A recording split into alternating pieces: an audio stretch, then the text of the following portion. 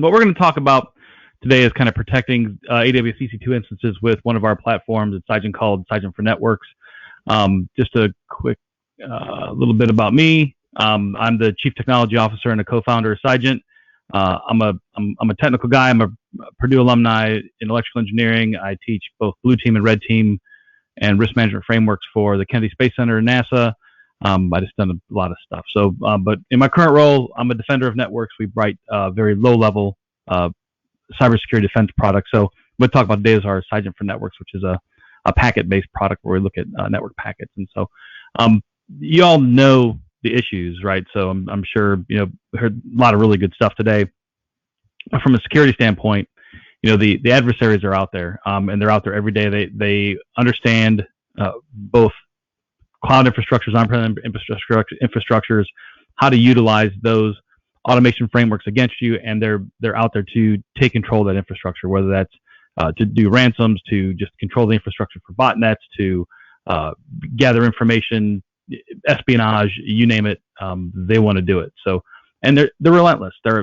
You hear about a data breach every day. Obviously, people have heard of SolarWinds. If you haven't, probably the biggest data breach in history of data breaches. So they're very pervasive and they're very tenacious. So, and sometimes they're smart too. That's kind of the problem that we end up, especially in the InfoSec world. Us as defenders always think that the bad guys aren't as smart. You kind of get lulled in this thing that you're better than them, but it's not true. The bad guys are very, very smart, and some of them are very well funded. And you have to remember that when you plan your defenses, that the bad guys are always trying to stay at least a step or two ahead of you. So you want to kind of take that into consideration. So one of the things that adversaries know is that, again, we do network traffic analysis, and that's been a staple in most mature cybersecurity operations for many, many years, right? So you're looking at raw packet data is something that's been done.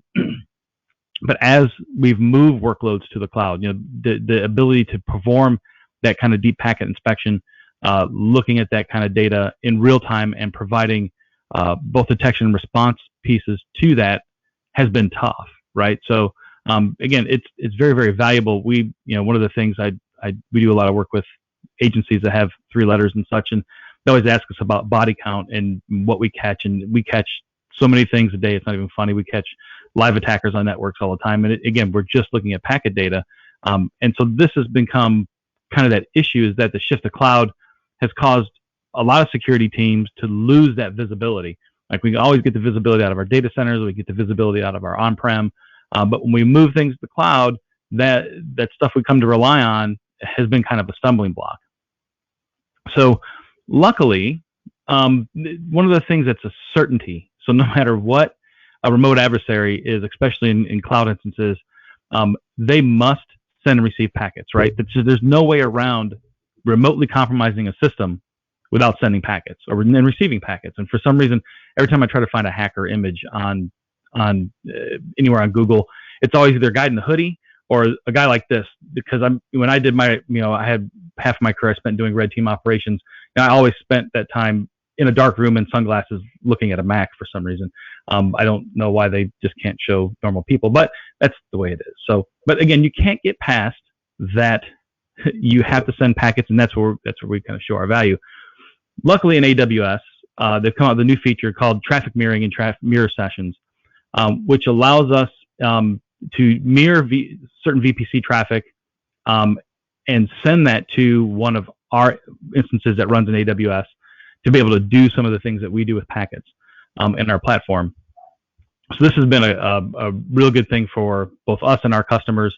Now, we utilize AWS both for our SOC, and our customers use AWS for having compute instances and things like that. So now we're able to take the same managed network detection and response that I'll talk about, put it into AWS, and monitor their AWS EC2 instances in real time and provide that kind of network detection and response. So it's been working out very, very well. What our platform does in AWS is to manage network detection and response platform. It's a very unique blend of both detection and response technologies. It's both cloud enabled. Our whole SOC runs in AWS, and we run, obviously, our platforms can deploy in AWS. They deploy very, very quickly. Doesn't take much from a customer standpoint to deploy it, 10 minutes or less. It's very effective. It's very affordable. And we scale from, entrepreneur to enterprise. You can do it for one instance. You can do it for many, many instances. So what we do is same thing like a VPC. Now this isn't in cloud context, but I don't make graphics because I'm a tech guy. So we're interested in things that happen inside your network. So again, those things that are happening internal to your VPC, and the ingress and egress of that traffic, right? We're looking for remote adversaries, and we're able to put this platform in to be able to provide what we call defense in depth. So the best things in cybersecurity are having multiple layers of both detection and response. One of the things we used to tell people as part of when I did penetration testing and red team operations, and we would tell customers that, as a defender, as a blue team guy, you have to be right 100% of the time. Me as a red team guy, I only have to be right once, right? So if you have a user that messes up, you make one misconfiguration, you have one vulnerability you don't know about, you leave one instance wide open to the world, whatever the case may be, you make one mistake and we're going to capitalize on that, and that one mistake will turn into a full breach of your network. But what we didn't tell them was the flip side of that. And the flip side of that is this. As a defender, you have an advantage once an adversary is in your network, because once that adversary is in the network, all they need to do is trip one indicator of compromise and you got them, if you have good detection and response, right? So what we're trying to do is put in tons of a big layer of things that I'll talk about briefly into a single platform that gives you this onion effect of cybersecurity defense in depth that's monitored and managed by a real SOC. So we're interested in things that are happening inside the network. So the features that we provide with our platform are these. I won't go into individual slides on these, but I will talk about them briefly. Again, this is a purely managed service, so you don't have to worry about dealing with any of these. We deal with all this. So the platform comes with our threat intelligence. So we monitor probably 500 million different compromised points on the internet on an hourly basis. So we're pulling in threat intelligence, mostly closed source intelligence that we get from partners and agencies, and we're tracking that compromised infrastructure across the internet, and then looking for communications that would happen to go to that. So we run algorithms to look for any instance or anything that would go through our sensor that would be talking to this, and repeated attempts to talk to that over time will trip an alert to our SOC to kind of look into see what's going on with that. We also do deception. So one of the things we do is both we call external and internal deception. External deception means that we can forward some services through your VPC onto our sensor, and then watch for individuals or infrastructure that's trying to do reconnaissance against your organization.